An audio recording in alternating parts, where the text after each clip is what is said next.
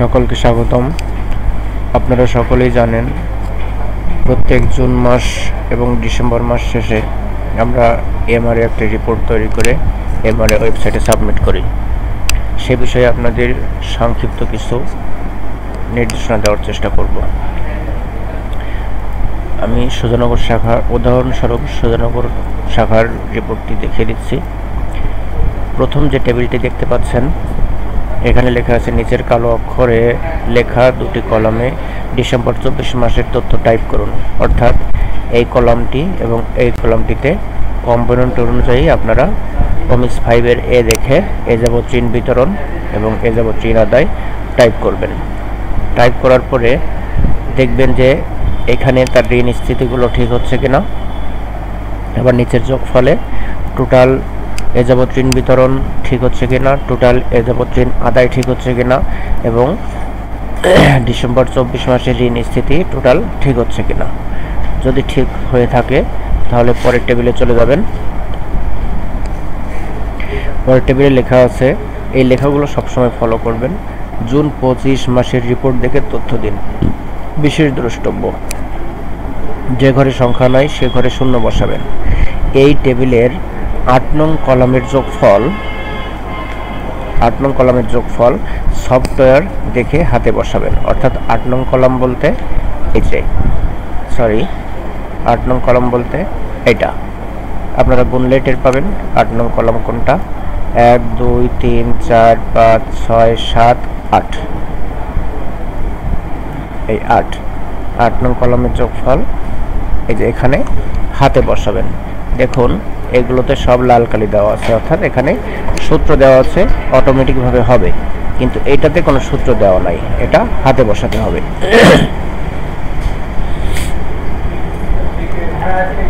তো এখানে লাল কালির ঘরে কিছু লিখবেন না, এখানে লিখবেন এ যাবৎ ঋণ বিতরণ জুন 25-এর রিপোর্ট দেখে, এটাই এ যাবৎ ঋণ আদায় জুন 25-এর রিপোর্ট দেখে।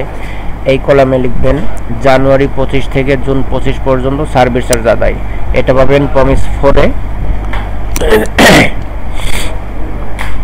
ওখানে 6 মাসের তথ্য আপনারা কীভাবে বের করবেন সেটা আমরা ট্রেনিংয়ে শিখিয়ে দিয়েছি, সেখান থেকে সেইভাবেই বের করে এখানে টাইপ করবেন। এ মাসের নতুন বকেয়া OMIS 2-এর এর 8 নং কলামের টাকা। OMIS 2-এর এ কোথায়? OMIS 2-এর রিপোর্টটা বের করলাম, এর 8 নং কলাম, এই যে নাম্বারিং করা আছে।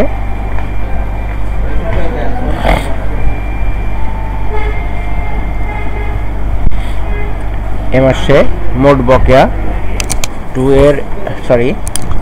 এ মাসের নতুন বকেয়া OMIS 2-এর এর 8 নং কলামের টাকা, 2-এর এর 8 নং কলাম নতুন বকেয়া, এই যে নিউ ডিউ 8 নং কলামের এই টাকাগুলো বসিয়ে দিবেন কম্পোনেন্ট অনুযায়ী। এই টাকাগুলো নতুন বকেয়া গেল। মাস শেষে মোট বকেয়া OMIS 2-এর এর 9 নং কলামের টাকা। 2-এর এর 9 নং কলাম কোনটা? এইটা। এই টোটাল বকেয়া এই টাকাগুলো এই কলামে লিখে দিবেন। পরের কলাম কি আছে?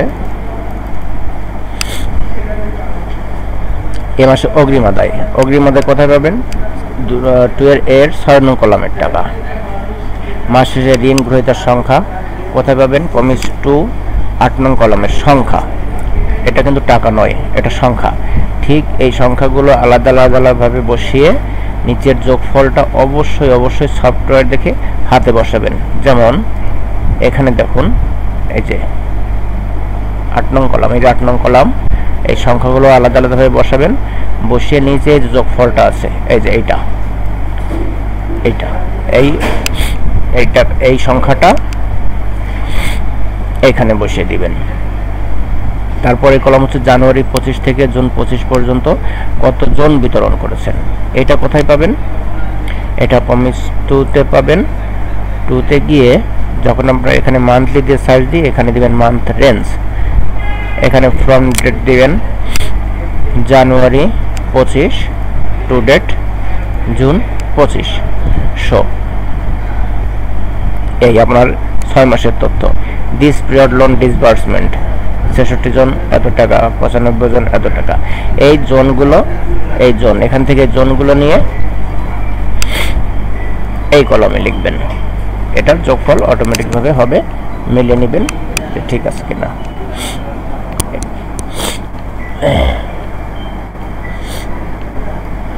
নেক্সট যে টেবিলটা আসবে, এই টেবিলটা হচ্ছে জুন 25 মাসের রিপোর্ট দেখে পমিস 3 দেখে বসাবেন।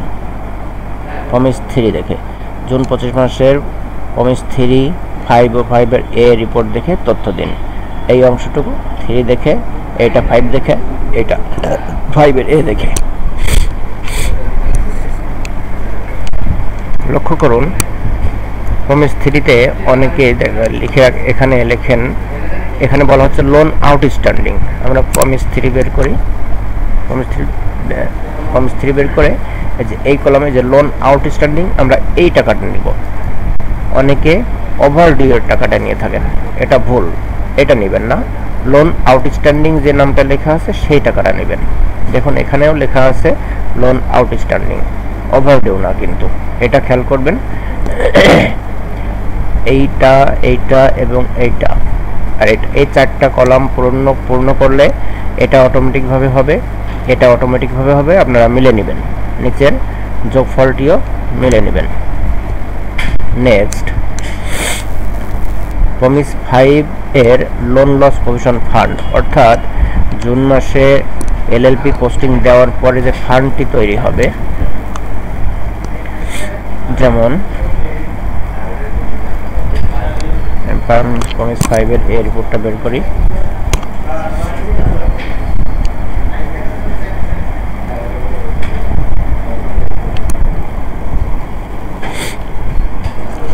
এলএলপি পোস্টিং দেওয়ার পরে এই যে ফান্ডটি গঠিত হবে 26,13,600, এই টাকাটি এখানে বসিয়ে দিবেন।